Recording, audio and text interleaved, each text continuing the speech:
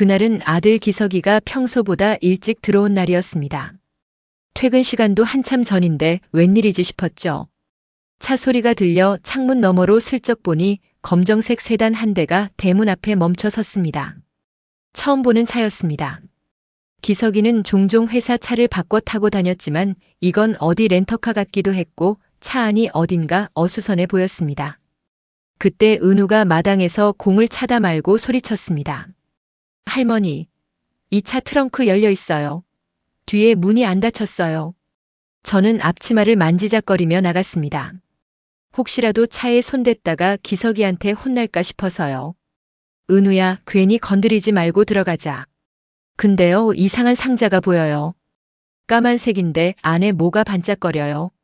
아이가 손가락으로 가리킨 트렁크 안을 들여다보니 정말로 철제 서류함처럼 생긴 상자가 하나 놓여 있었습니다. 뚜껑은 닫혀 있었지만 한쪽이 아주 살짝 열려 있었고 그 사이로 종이처럼 생긴 뭔가가 보였습니다. 차 안은 어지러웠습니다. 다 쓴 커피컵, 쓰다 만 영수증 뭉치, 그리고 각진 서류 봉투 몇 개가 뒤섞여 있었죠. 저는 조심스럽게 상자 뚜껑을 살짝 열었습니다.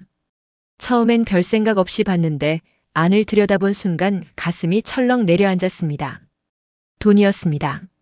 한두 장이 아니라 고무줄에 가지런히 묶인 지폐 뭉치들이 칸칸이 정리돼 있었습니다. 처음엔 헌 돈인 줄 알았는데 몇 장은 빳빳한 신권이었습니다. 그 위엔 작은 메모지들이 붙어 있었고 그 메모엔 숫자와 무언가의 구분 같은 게 적혀 있었습니다. 201차 완료. 502차 미확인. 그 옆 칸에는 휴대폰이 3개쯤 들어 있었습니다. 모양도 모델도 제각각인데 전부 뒷면에 스티커가 붙어 있었고 숫자가 하나씩 쓰여 있었습니다. 1, 2, 3. 그 순간 머릿속이 하얘졌습니다. 이게 대체 뭔가? 왜 이런 게 기석이 차에 들어있는 건지. 무슨 금융회사 같은 데서 쓰는 건가 싶기도 했고 아님 어디다 맡긴 물건인가. 이해가 되지 않았습니다. 할머니, 그건 뭐예요? 은우가 제 옆에 와서 물었지만 저는 얼른 상자 뚜껑을 닫았습니다. 은우야, 이건 아빠 물건인 것 같아.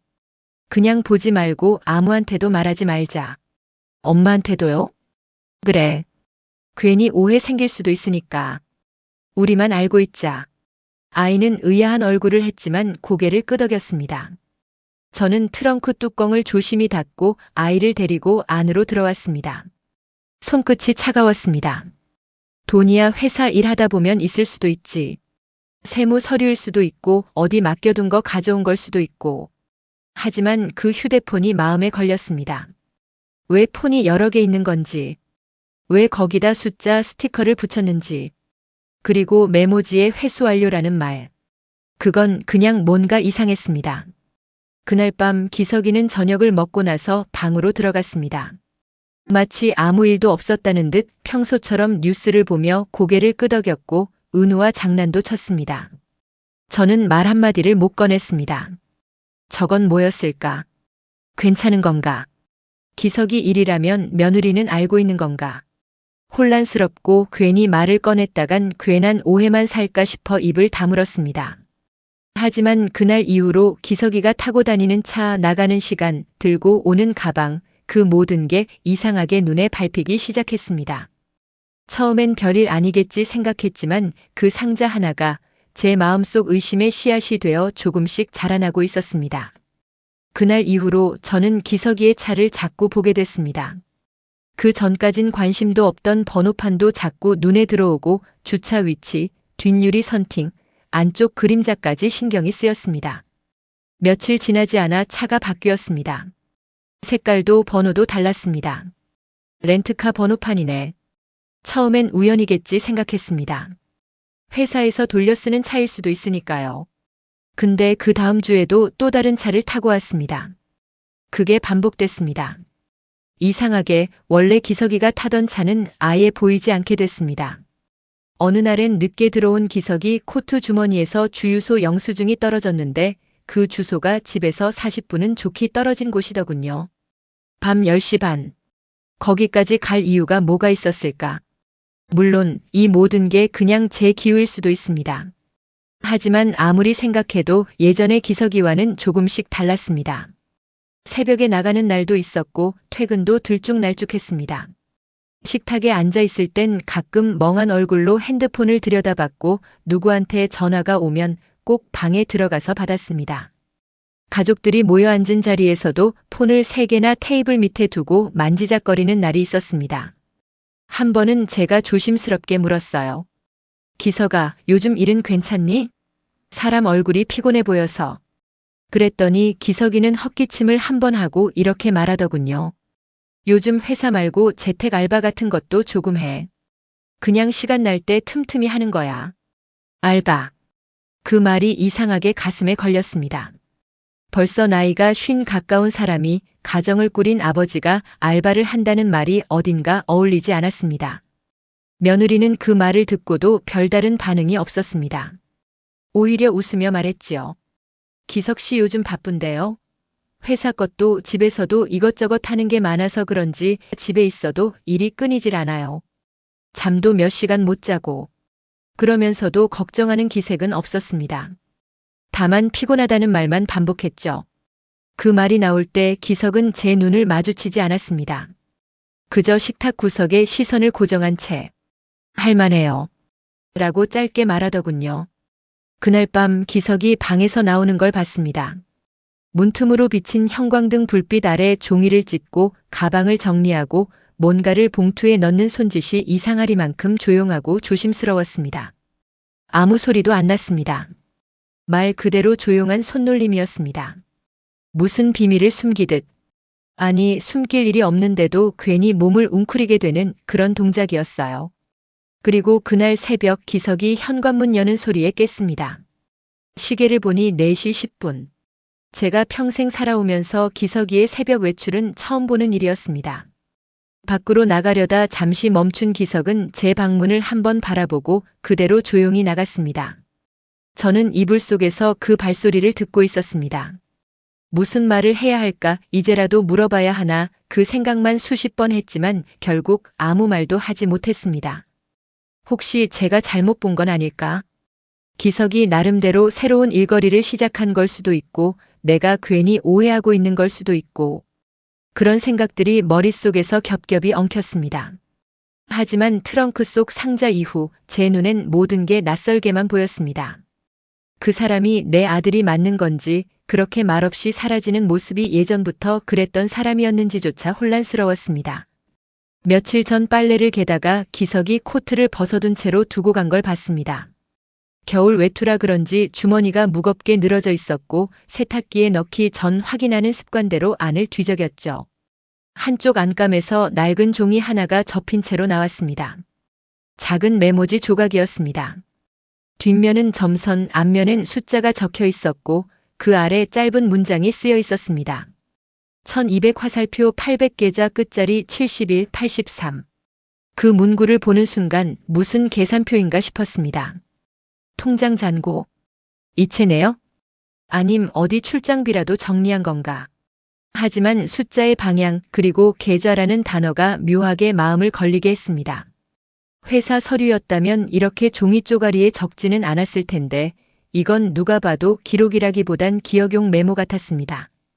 더구나 저 메모는 지갑도 아닌 외투 안감 깊숙이 숨겨져 있었죠. 접힌 자국을 보니 오래 가지고 다닌 흔적 같았고 구겨짐은 없었지만 손때는 타 있었습니다. 순간 며칠 전 트렁크 안에서 봤던 현금 다발과 숫자들이 머릿속을 스치듯 지나갔습니다. 회수 완료라는 단어. 그 단어와 지금 이 메모는 직접적으로 이어지는 건 아니지만 분위기가 너무 비슷했습니다. 이게 대체 뭔지, 왜 기석이는 이런 걸 따로 갖고 다니는 건지, 그리고 왜 주머니 안쪽 깊이 숨겨둔 건지, 뭔가 잘못 보고 있는 건 아닐까. 이 모든 게 제 착각일 수도 있겠지요. 그래서 저는 메모지를 조용히 다시 접었습니다. 찢지도 않았고 버리지도 않았습니다. 서랍 한쪽에 조심히 넣어뒀습니다. 그날 밤 잠이 오지 않았습니다. 기석이는 늦게 들어왔고 집안은 고요했습니다. 저는 조용히 거실에 앉아 불도 켜지 않고 멍하니 창밖을 바라봤습니다. 현금, 여러 개의 휴대폰, 트렁크, 렌트카, 재택 알바, 그리고 오늘 발견한 메모지. 이게 다 우연일까요? 아니면 제가 못 보던 기석이의 또 다른 모습이었을까요? 불편했습니다. 딱히 정답이 없어서 더 불편했습니다. 뭘 확신하기엔 부족하고 그렇다고 괜찮다고 넘기기엔 찜찜했습니다. 그 메모 한 장이 제 마음속 어디 한 곳을 콕 찌르고 들어온 느낌이었습니다. 그날 이후 저는 아들의 코트며 가방이며 괜히 한 번 더 눈길이 가기 시작했습니다. 나쁜 마음으로 그런 건 아닙니다. 그저 어딘가 마음이 불안했습니다. 저 메모에 적힌 숫자가 언젠가 어떤 진실의 조각이 될까봐 마음이 자꾸 떨렸습니다. 기석이가 타고 다니는 차는 계속 바뀌었습니다. 며칠 전엔 하얀색 SUV였는데 그 다음 주엔 회색 세단으로 바뀌어 있었습니다. 그중 한 차량은 이상하게도 집 앞이 아닌 우리 집에서 20m쯤 떨어진 마트 앞 골목에 주차돼 있었습니다. 그 마트는 오래된 1층 건물인데 저는 평소에 거기서 계란이나 소금 같은 걸 자주 사곤 했습니다. 어느 날 평소처럼 마트에 들러 달걀을 사고 계산을 하고 나오는데 마트 사장님이 먼저 말을 걸어오더군요. 요즘 왜 이렇게 조용하세요? 기석 씨는 잘 지내죠? 잘 지내죠. 근데 요즘엔 일 때문에 그런지 얼굴 보기가 쉽지 않네요. 제가 그렇게 웃으며 대답하자 사장님이 고개를 한번 끄덕이고는 요즘 이 앞 골목에 차를 자주 세우시더라고요. 렌트카 그쪽?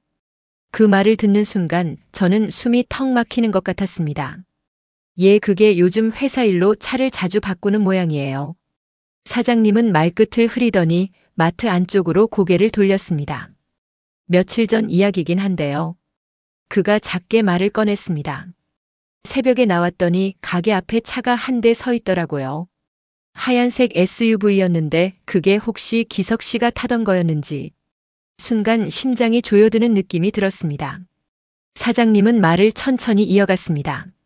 제가 요즘 좀 예민하거든요. 이 근처에 택배 사기도 많고 간판도 몇 번 도둑 맞고 그래서 CCTV를 새로 달았어요.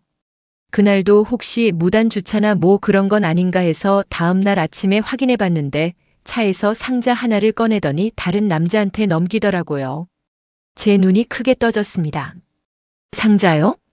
네. 딱 저만 한 사각 상자였어요. 상자 들고 온 사람이 잠깐 말하다가 그대로 그걸 트렁크에서 꺼내 상대쪽 손에 넘기고 바로 떠났어요. 트렁크가 열려있던 시간도 한 20초. 빠르더라고요. 저는 아무 말도 하지 못하고 들었습니다. 사장님은 저를 살펴보더니 조심스럽게 말했습니다.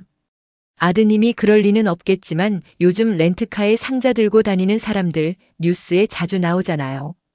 혹시나 해서 제가 괜히 신경 쓴 걸 수도 있습니다. 죄송해요. 괜한 말씀 드렸나 해서. 아니요, 말씀 잘하셨어요. 제가 겨우 그 말을 했을 땐 손끝이 싸늘하게 식어 있었습니다. 그날 밤 저는 식탁에 앉아 기석의 얼굴을 바라봤습니다. 기석은 별다른 표정 없이 국을 휘젓고 있었습니다. 어깨는 늘어진 것처럼 힘이 없었고 시선은 접시 아래로 내려가 있었습니다. 휴대폰은 여전히 2개 테이블 모서리에 조용히 엎어져 있었습니다. 아무 말도 묻지 못했습니다. 하지만 마음속에서 무언가가 또 하나 툭 하고 떨어지는 소리가 들렸습니다. 트렁크, 상자, 돈, 메모, 렌트카, 그리고 마트 사장이 말한 CCTV 속 장면. 그 모든 게 이제는 기분 탓이라 넘기기엔 너무 또렷했습니다. 그리고 너무 조용했습니다. 수상하다는 말 대신 불안하다는 느낌이 먼저 밀려들었습니다. 그날 이후로 저는 마트 근처를 지날 때마다 자동차 뒷유리를 본능적으로 확인하게 됐습니다. 혹시 또 다른 사람이 있지는 않을까? 혹시 다시 누군가와 만나고 있는 건 아닐까? 그게 제 눈으로 직접 확인한 게 아니라서 더 불편했습니다. 확실하게 본 게 없으니 말도 못하고 믿지도 못하고. 하지만 그때부터 저는 이게 단순한 오해만은 아닐 수 있다는 생각을 부정할 수 없게 됐습니다. 그날은 비가 조금씩 흩뿌리는 오후였습니다. 은우는 방에서 숙제를 하고 있었고 며느리는 김장을 한다며 친정에 간 날이었죠. 거실 TV가 조용히 켜져 있었는데 소리는 작았지만 화면에 떠 있는 자막이 제 눈에 들어왔습니다. 보이스피싱 전달책 조직적 운영 실태 첫 공개. 그 문장이 눈에 박히는 순간 저는 손에 쥔 차를 내려놓고 리모컨을 들었습니다. 볼륨을 올리자 기자의 목소리가 또렷하게 들렸습니다. 최근 보이스피싱 조직의 전달책 구조가 더 정교해졌습니다. 피해자의 현금이나 물품을 수거한 후 이를 2차, 3차 전달자에게 넘기는 방식으로 경찰의 추적을 피하고 있는 건데요. 심지어 중간 전달자 대부분은 본인이 범죄에 연루됐다는 사실조차 인식하지 못하는 경우도 많다고 합니다. 순간 온몸이 얼어붙는 기분이었습니다. 화면에는 흐릿하게 찍힌 CCTV 영상이 나왔고 한 남자가 트렁크를 열고 상자 같은 걸 꺼내 다른 남자에게 넘기고 있었습니다. 마트 사장이 말했던 장면과 거의 똑같았습니다. 기자는 말을 이었습니다. 조직은 인터넷 구인 광고나 지인 소개를 통해 단기 고수익 아르바이트 형태로 모집하며 전달자에겐 구체적인 설명 없이 서류나 물건을 전달하는 역할만 부여합니다. 하지만 실제로는 피해자의 돈이나 물품이 범죄에 이용되고 있으며 이 과정에 가담한 사람 역시 사기죄로 처벌받을 수 있습니다. 저는 리모컨을 내려놓지 못하고 화면을 계속 바라봤습니다. 진행자는 말했습니다. 특히 최근 검거된 사례 중엔 40대 직장인이 생계를 이유로 중간 전달책 역할을 한 사실이 드러나 충격을 주고 있습니다. 해당 인물은 렌트카를 이용해 상자 형태의 물품을 여러 장소에 전달했으며 현장 블랙박스와 CCTV 기록을 통해 동선이 확인됐습니다. 순간 목이 마르다는 느낌이 들었습니다. 컵을 들고 일어나려다 다리에 힘이 풀릴 것 같아 소파에 다시 앉았습니다. 렌트카, 상자, 트렁크, CCTV, 그리고 전달. 그 모든 단어가 제 머릿속에서 기석이라는 이름과 겹쳐졌습니다. 하나하나가 별개의 퍼즐 조각 같았는데 그날 뉴스는 마치 누군가 그 조각들을 제 손에 억지로 쥐어준 듯한 느낌이었습니다. 설마 기석이가 그럴 리가 없는데. 그 애는 착하고 책임감 강하고 남한테 피해주는 성격이 아닌데. 그렇게 되뇌며 고개를 저었지만 속으론 이미 믿고 있다는 걸 부정할 수 없었습니다. 기석은 며칠 전에도 늦게 들어왔습니다. 렌트카를 새로 바꿔 탄 날이었습니다. 요즘 뭐가 이렇게 바쁘냐는 말에도 웃으며 괜찮아라고만 했고 테이블 위엔 휴대폰이 또 하나 늘어나 있었습니다. TV 속 변호사의 인터뷰가 이어졌습니다. 중간 전달자라고 하더라도 반복적으로 특정 구조 안에서 돈을 옮기거나 상자를 전달했다면 단순 실수로 보기 어렵습니다. 최근 법원은 이러한 경우에도 미필적 고의를 인정해 실형을 선고하고 있습니다. 그 말을 듣는 순간 등줄기를 따라 차가운 감각이 스며들었습니다. 고의가 아니어도 죄가 될 수 있다. 그 말이 너무 무겁게 다가왔습니다. 그날 밤 은우는 제 무릎에 기대서 잠들었습니다. 작은 숨소리가 따뜻했고 손은 아직 아기 같았습니다. 그 아이 아버지가 지금 그런 위험한 일에 휘말리고 있을 수도 있다는 생각이 들자 속에서 무언가가 무너져 내리는 소리가 났습니다. 하지만 동시에 내가 뭘 할 수 있나? 어쩌면 진짜로 오해일 수도 있는 걸 내가 먼저 말해선 안 되는 거 아닌가? 그런 생각이 머릿속을 돌고 돌았습니다. 아무에게도 말할 수 없었습니다. 그렇다고 아무 일도 없는 척하기엔 마음이 너무 무거웠습니다. 뉴스 자막은 마지막으로 이렇게 끝났습니다. 작은 역할이라고 안심하지 마십시오. 범죄의 구조는 가장 작은 고리부터 시작됩니다. 그 말이 제 귀에 모처럼 박혔습니다. 그날 밤 저는 2번 깼습니다. 한 번은 꿈에 기석이가 트렁크를 열었는데 그 안에 현금이 아닌 검은 모래가 가득 들어 있었고 또 한 번은 새벽 4시 기척도 없이 방문 앞을 스쳐 지나는 발자국 소리 때문이었습니다. 그 순간 알 수 있었습니다. 기석이는 또 나갔다는 걸. 그리고 이번에는 예전과는 달랐습니다. 다시 눈을 감으려 해도 마음이 도무지 가만히 있지 않았습니다. 며칠 전 뉴스를 억지로 우연이라 여기려 했지만 그게 자꾸만 머릿속에 맴돌았습니다. 모른 척해선 안 되겠다는 생각이 지워지지 않았습니다. 날이 밝고 기석은 아침도 걸은 채 나갔습니다. 출근이라기엔 가방이 없었고 옷차림도 어중간했습니다. 며느리는 여전히 아무것도 모르는 얼굴로 은우의 아침을 챙기고 있었고 저는 아무 말 없이 식탁에 앉아 있었습니다. 그날따라 창밖은 평소보다 더 고요했고 제 안에서는 무언가가 아주 천천히 정리되고 있었습니다. 손끝이 떨리는데도 전화를 들었습니다. 경찰 민원실입니다. 무엇을 도와드릴까요? 잠시 아무 말도 하지 못했습니다. 수화기에서 들려오는 목소리는 친절했지만 그 말 한마디를 꺼내는 데까지 너무 오랜 시간이 걸렸습니다. 신고를 하려고요. 네, 어떤 사건이신가요? 보이스피싱 관련입니다.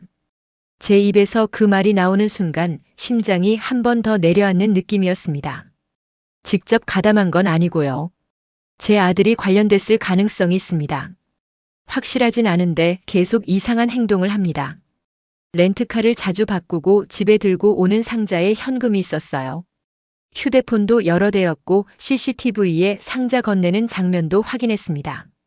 제 말이 길어지자 수화기 너머에서 조용히 타이핑 소리가 났습니다. 알겠습니다. 신고자분 성함과 연락처 남겨주시고요. 혹시 관련 물품이나 메모 같은 게 있으시면 제출해 주셔야 합니다. 추가로 말씀하실 부분이 있으면 가까운 경찰서에서 진술을 부탁드립니다. 네, 갖고 있습니다. 메모가 하나 있어요. 숫자가 써 있었고 계좌 뒷자리도. 제 손은 서랍 속 종이를 쥐고 있었습니다. 며칠 동안 꺼내지도 않았던 그 쪽지를 이 순간을 위해 제가 꽉 쥐고 있었다는 걸 그제야 알았습니다. 기석이는 그 다음 말을 꺼내기가 어려웠습니다. 아들이에요. 제 아들입니다.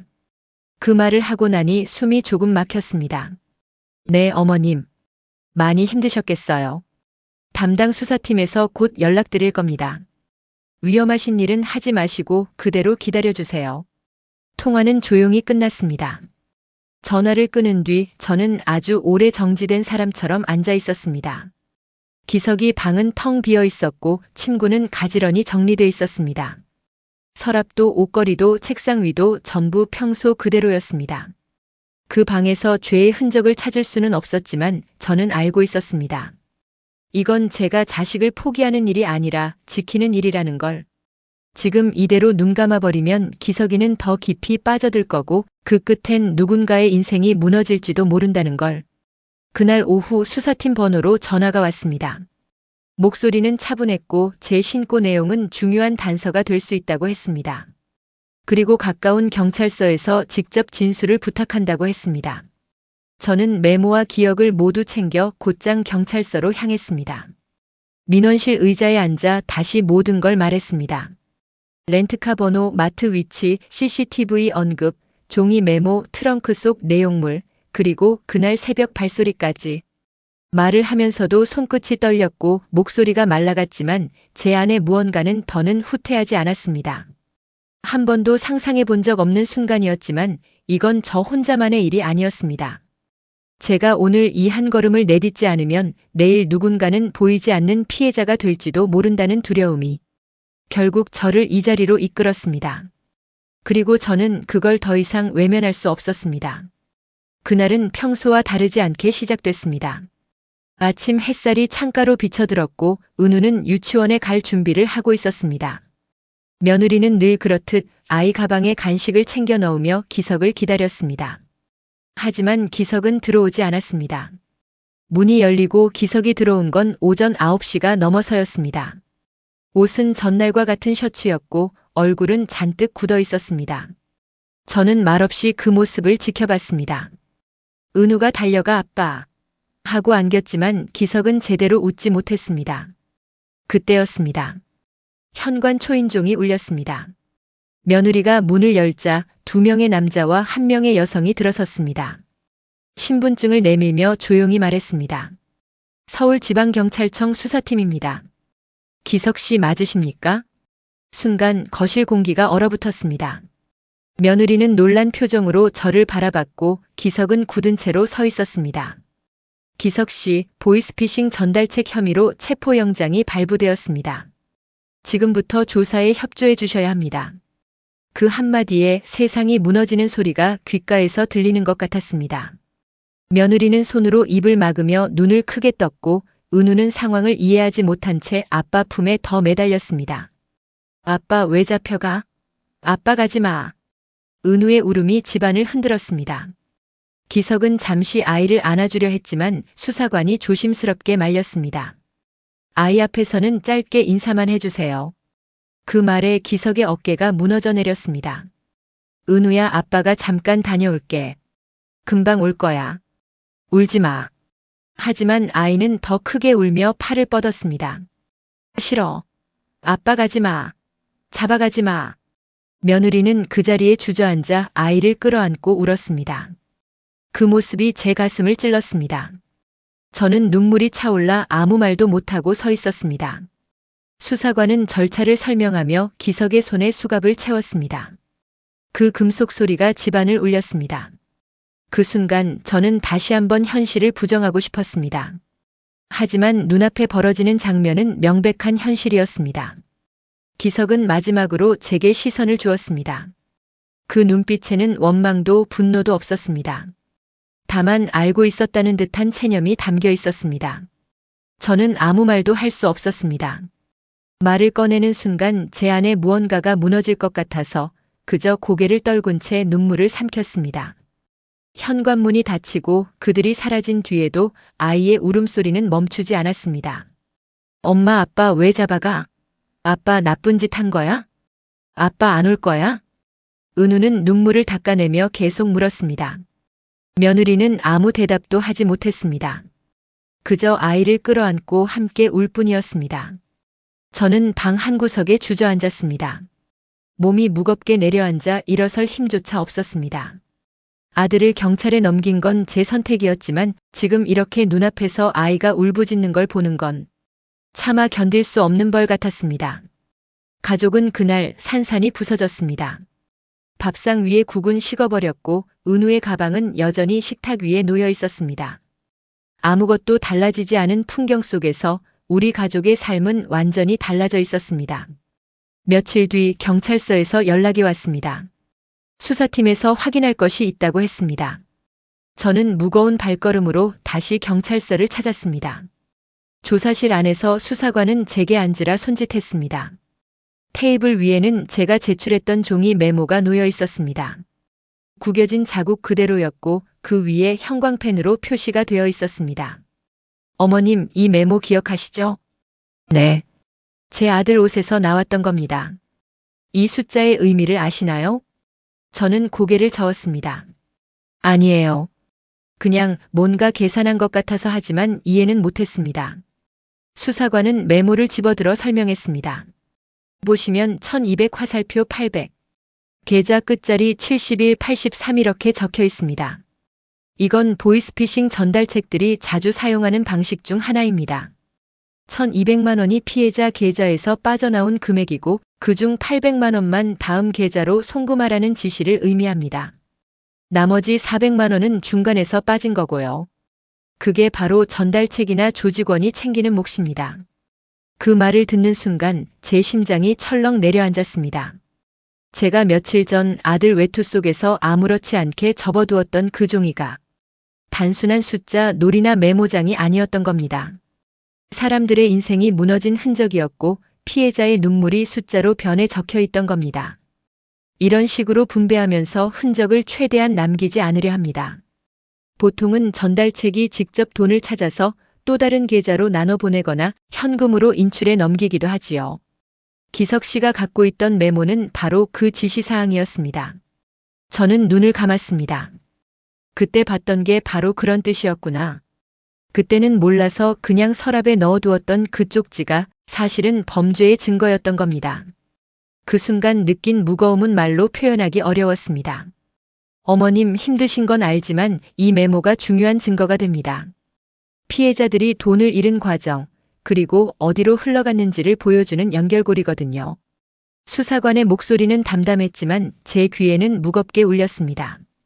머릿속에는 피해자들의 얼굴이 그려졌습니다. 통장 잔고가 비어버려 발을 동동 구르는 노인, 대출을 갚아야 하는데 한순간에 돈을 잃은 젊은 부부, 자식 학비를 모았다가 하루아침에 사라져버린 부모들. 그들의 눈물이 이 작은 메모 한 장에 압축돼 있던 겁니다. 저는 손으로 얼굴을 가렸습니다. 숨이 가빠져 왔고 손끝은 차갑게 식어 있었습니다. 그걸 제가 보고도 몰랐던 거네요. 그걸 그냥 메모장이라고 생각했네요. 목소리가 떨렸습니다. 수사관은 잠시 침묵하다 말했습니다. 어머님이 몰랐다 해서 죄가 되는 건 아닙니다. 오히려 이렇게 신고해 주셔서 수사가 가능해진 겁니다. 하지만 제 가슴속은 죄책감으로 가득했습니다. 그 종이를 처음 발견했을 때 만약 조금이라도 의심하고 바로 알았다면 피해가 조금은 줄었을 수도 있지 않았을까요? 그 생각이 자꾸만 날카로운 바늘처럼 마음을 찔렀습니다. 수사관은 메모를 다시 봉투에 넣으며 말했습니다. 이건 증거물로 보관하겠습니다. 재판 과정에서 중요한 자료가 될 겁니다. 저는 천천히 고개를 끄덕였습니다. 눈앞에서 메모가 사라지는 순간 마치 제 손끝에서 아들을 완전히 놓아버린 기분이 들었습니다. 그 작은 쪽지가 이렇게 큰 의미를 가지고 있었는데 저는 그걸 몰랐던 겁니다. 경찰서를 나와 집으로 돌아가는 길 바람이 세차게 불었습니다. 손에 아무것도 들고 있지 않은데도 마치 무거운 돌덩이를 안고 걷는 것 같았습니다. 그날 밤 저는 혼자 방에 앉아 그 순간을 곱씹었습니다. 그때 봤던 게 그게 그런 뜻이었구나. 아들의 주머니 속 메모는 단순한 낙서가 아니라 범죄의 언어였습니다. 그제야 모든 조각이 맞춰지듯 제 마음은 깊이 무너졌습니다. 집은 텅 빈 듯 고요했습니다. 며느리와 은우는 외가로 갔습니다. 기석이 체포 이후 며느리는 하루하루 눈물에 잠겨 있었고 결국 친정으로 몸을 옮겼습니다. 저는 혼자 남아 빈 방을 바라보며 앉아 있었습니다. 밤이면 은우가 아빠 가지 마 하고 울던 목소리가 귓가에 울렸습니다. 그 울음은 제 가슴을 찢어 놓았습니다. 아들을 지킨다고 생각했던 제가 결국 아이의 세상을 무너뜨린 것이나 다름없었습니다. 하지만 더 늦기 전에 막았다는 사실이 제 마음을 겨우 붙잡아 주었습니다. 며칠을 그렇게 보내다가 저는 한 가지 결심을 했습니다. 그저 슬퍼하며 앉아 있는 것으로는 아무것도 달라지지 않는다는 걸 알았습니다. 기석이 대신 제가 할 수 있는 속죄를 시작해야겠다고 생각했습니다. 우선 종이에 펜을 들었습니다. 떨리는 손끝으로 첫 문장을 적었습니다. 저는 가해자의 가족입니다. 제 아들이 저지른 일로 인해 돌이킬 수 없는 상처를 입으신 분들께 머리 숙여 사죄드립니다. 몇 줄 적어 내려가는 동안 눈물이 종이에 번져 글씨가 흐려졌습니다. 하지만 끝까지 써내려갔습니다. 누군가에게 닿든 닿지 않든 그분들 앞에 용서를 빌고 싶었습니다. 편지를 여러 장 썼습니다. 피해자의 이름은 알 수 없었지만 저는 각각 다른 상황을 떠올리며 썼습니다. 노후를 위해 모아두신 돈을 잃어버리신 어르신께, 아이 학비를 한순간에 잃어버린 부모님께, 사업 미천을 사라지게 한 청년에게, 그리고 매번 마지막 줄은 똑같이 적었습니다. 저의 아들이 벌인 죄를 대신 갚을 수는 없지만 저는 남은 생을 속죄하며 살겠습니다. 그 편지를 경찰에 제출했습니다. 전달될 수 있는지 물었지만 피해자 신상은 보호되어 있어 직접 전할 수 없다고 했습니다. 그 대신 경찰은 위로 서신이나 연대 활동을 통해 제 마음을 표현할 수 있다고 알려주었습니다. 저는 지역 피해자 지원센터를 찾아갔습니다. 상담실 문을 열었을 때 비슷한 상처를 가진 사람들이 모여 있었습니다. 그들은 가족이 피해자가 된 경우도 있었고 어떤 이는 저처럼 가족이 가해자가 된 경우도 있었습니다. 서로의 이야기를 들으며 울기도 하고 고개를 끄덕이며 손을 잡아주기도 했습니다. 저는 제 순서가 되었을 때 조용히 입을 열었습니다. 저는 가해자의 어머니입니다. 제 아들이 보이스피싱 전달책으로 잡혀갔습니다. 저는 그걸 막지 못했습니다. 피해자분들께 죄송합니다. 순간 방 안은 고요했지만 곧 누군가 제 손을 잡았습니다. 용기 내주셔서 고맙습니다. 누군가는 이런 얘기도 해야 해요.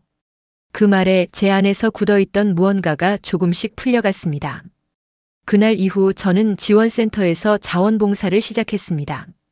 피해자들을 돕는 작은 일들이었습니다. 도움을 청하는 전화를 받고 안내를 해드리거나 상담실에 찾아온 분들에게 따뜻한 차를 내어드리는 일이었습니다. 하지만 그 작은 손길이 누군가에게 위로가 될 수 있다는 걸 알게 되자 제 마음에도 조금은 숨 쉴 틈이 생겼습니다. 집에 돌아오면 여전히 공허함이 저를 덮쳤습니다. 은우의 웃음소리가 사라진 집은 텅 빈 껍데기 같았습니다. 그러나 외가에서 지내는 며느리와 은우가 차츰 회복해 간다는 소식을 들을 때마다 저는 그나마 안도할 수 있었습니다. 어머니, 은우 요즘은 웃기도 해요.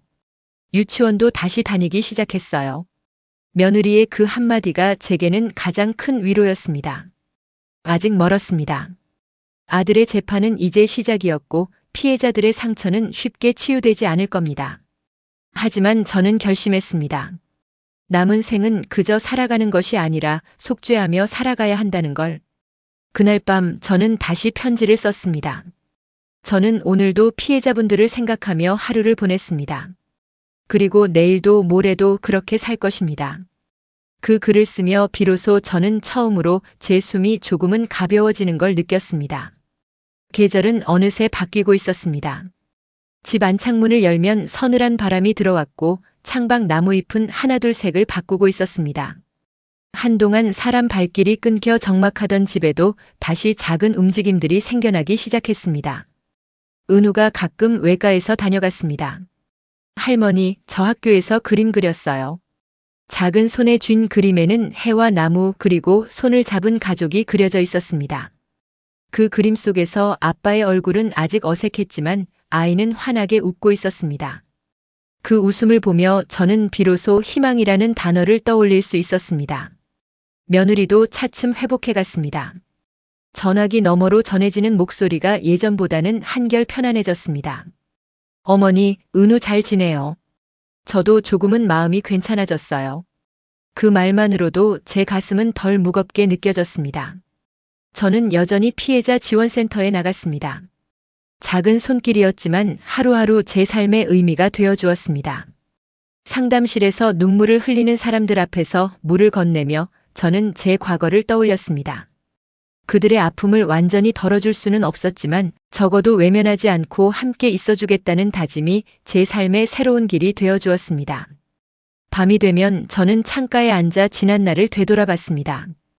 트렁크 속 상자를 처음 발견했을 때 그걸 그냥 덮어버렸던 제 선택이 떠올랐습니다.